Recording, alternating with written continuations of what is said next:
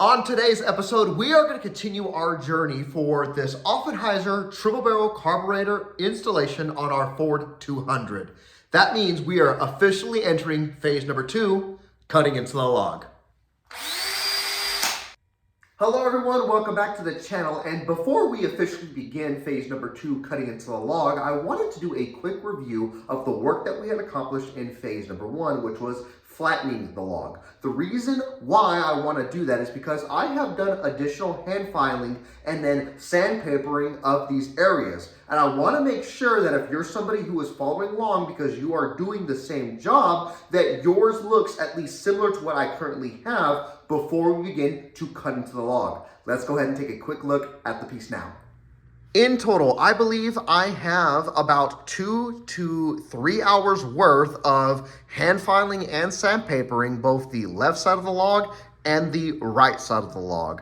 And the results are absolutely fantastic. The surface area right here is as flat can be. Now, there are some little pits, as you guys can see here. We'll do a close up on those areas and why I'm not too concerned about them.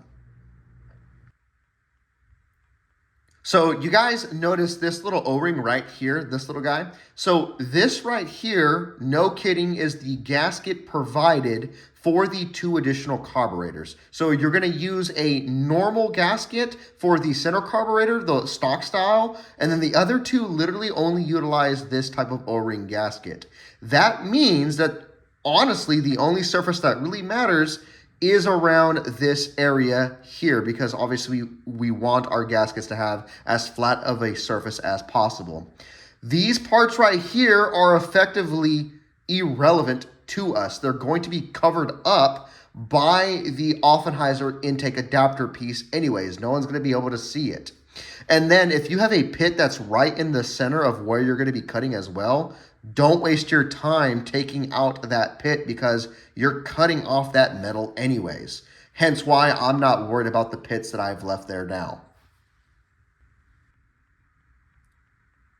And the last thing that you need to be concerned about is making sure that the center carburetor, the intake and Offenhauser adapter piece, that they sit flush together. As you guys can see here, mine is completely flush on both sides. Make sure you're checking both the side closest to you and then the side furthest away from you. You are also going to notice whenever you are doing this job that the adapter intake piece doesn't really sit flush with the log itself. Let me show you what I'm talking about here. It's going to float just a tad bit.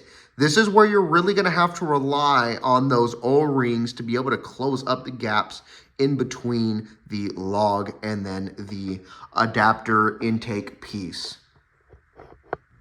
And if you are somebody who is kind of concerned about that fact, look at this real quick. So versus my last clip, you can now see that there's a little bit of a gap between the intake adapter piece and the center intake port. The reason why it's raised now is because I have kind of mocked up the intake for the right side carburetor. That's exactly where it needs to be. So whenever we get ready to actually bolt down this part, it should create enough of a squish where there will be no leaks. We are now officially ready to enter phase 2, cutting the log. So in anticipation of that, we need to mark everywhere that we are going to be cutting into. So to begin with, what you are going to need to do is you are going to need to take those 2 Allen bolts and tighten down the Offenhauser intake back to the cylinder head. Now, keep this in mind when you do this. On my adapter piece here, the piece wanted to move a little bit to the left and to the right.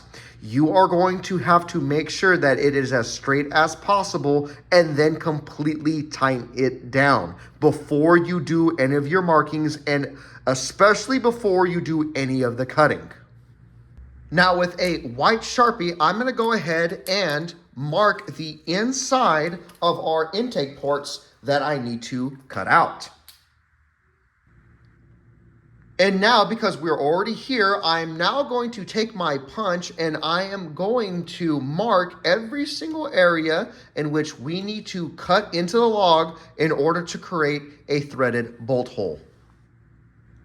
With all of our markings done, we can now take off the 2 Allen bolts and remove the intake. With the intake removed, we can now see all of the markings and where we need to cut. I know the punch marks are kind of hard to see in the video, but we have punch marks here, a punch mark there, and we can obviously see what we need to cut to create those 2 additional intake ports. Now what we need to do is find the center of this circle, which means that we're going to have to do some quick math. I'm going to be utilizing a digital caliper in order to get this math done. This is a very simple process. So what we're going to do is I'm going to place my digital caliper on one side of the circle. I am starting from the outside because that is what needs to be cut. And then I'm going to bring it back in until the other side of the caliper barely touches the circle. And it looks like we are getting a reading of 1.10. And we are going to double and triple check that that number stays consistent. I've done this more than a handful of times to confirm that I consistently get a 1.10 reading on my digital caliper. So the quick math that we have to do is 1.10 divided by 2, which is 0.55. So I'm going to bring in my digital caliper until we hit 0.55.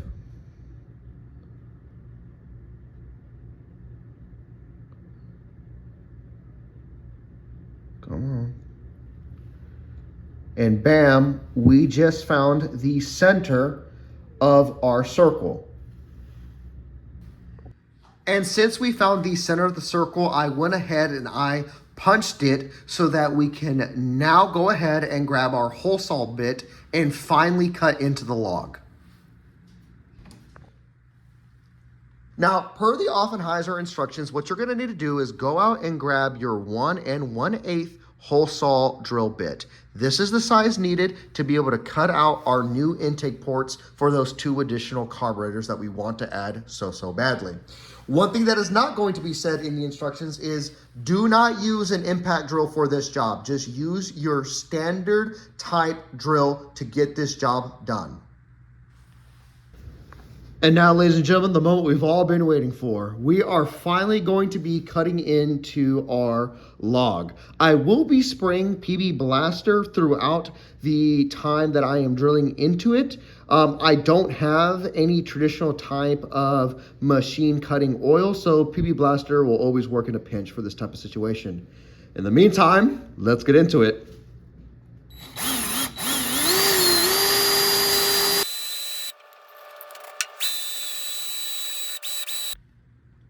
And now, after only about a minute's worth of drilling, we have officially put in our new intake port to this cylinder head. The only thing that's left now is to do it again on the other side.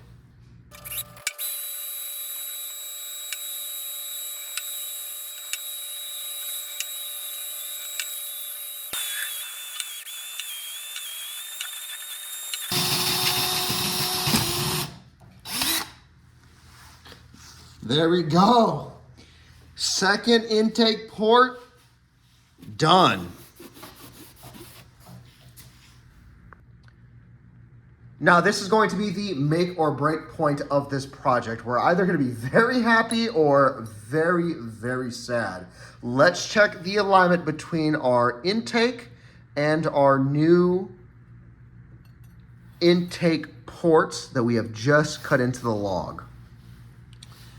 And these are looking very, very good. Let me install our Allen bolts. Get them hand tight real quick.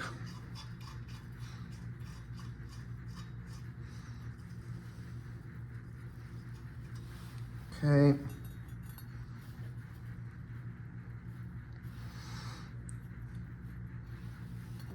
This hole over here is perfect. And this one over here, likewise. I'll go ahead and get you guys a closer look to what I am seeing. So this is about as close as I can get you guys to see what I'm seeing, but as you can see, we are looking straight into the intake. The hole that we had cut into the log is basically perfect on this side over here. Now, let's say you are somebody who was cutting and maybe you were a centimeter or two off, or maybe the drill decided it was going to kind of slowly skirt out of the alignment, out of that punch that you initially did on the center of that circle. That's perfectly fine. It doesn't mean that your project is completely destroyed. If there is a little bit of a lip from the log that you can see, and like I said, just a very, very little one, you can go ahead and take a Dremel and Dremel the extra metal off. Because remember, we are still going to have that O-ring gasket on here. As long as the gasket can still fit on there, your project is still good to go. We now need to focus on cutting into the log all of the bolt holes that we need in order to properly bolt down this intake adapter to the log. So what we are going to do is we're going to go ahead and grab our titanium drill bits. We are going to open this up, and per the Offenhauser instructions, we are going to pull out the number 7 drill bit and use that to drill these bolt holes. So this is the point of the video where you need to decide how exactly you want to go about drilling in the 8 bolt holes needed to bolt down this intake to the log. So we previously went ahead and we punched every single area that needs to be drilled. If you want, you may now remove the Offenhauser intake adapter piece and either freehand or use a drill press to make sure that you are coming down as straight as possible while you are drilling. What I am going to be doing is I'm going to be utilizing this intake piece as my guide. So I went in that same drill bit kit and I grabbed a smaller size drill bit. I believe this is a size 28 if I recall correctly. I'm going to begin by using my drill and slowly going in and drilling out the hole.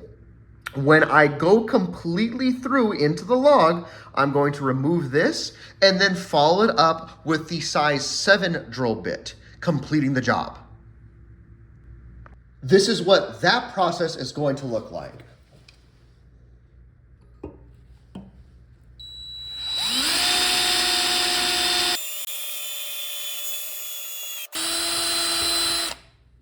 There we go. The first smaller drill bit went completely through into the log. I'm now going to follow it up with the size 7 drill bit.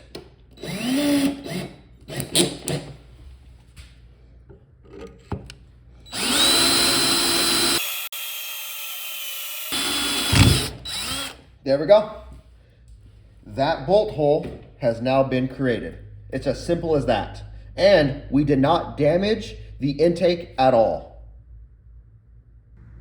And here are our results. We are finally done with phase 2 cutting into the log. We have successfully cut in our 2 brand new intake ports and drilled in our brand new bolt holes needed to bolt down our Offenhauser intake to the log. Now, this is going to be like a touch-up item that I'm going to be doing. I'm going to be taking our 220 grit sandpaper and the 400 grit sandpaper, and I'm going to just sand in the inside of both of these intake ports just to try to smooth out the metal. We are now ready to enter phase 3, the tap and die phase, which in all honesty is really just a tap phase because we are going to be tapping all of our newly created bolt holes. But all of that is going to be happening on our next episode. If you like what you saw today or you found what you saw helpful, please go ahead and give this video a thumbs up. It actually helps out way more than you could ever imagine. And if you want to see more Ford 200 content, please subscribe. I am going to be using this cylinder head in a Ford 200 rebuild. So stick around if you want to see more of that type of content. Until next time, bye-bye.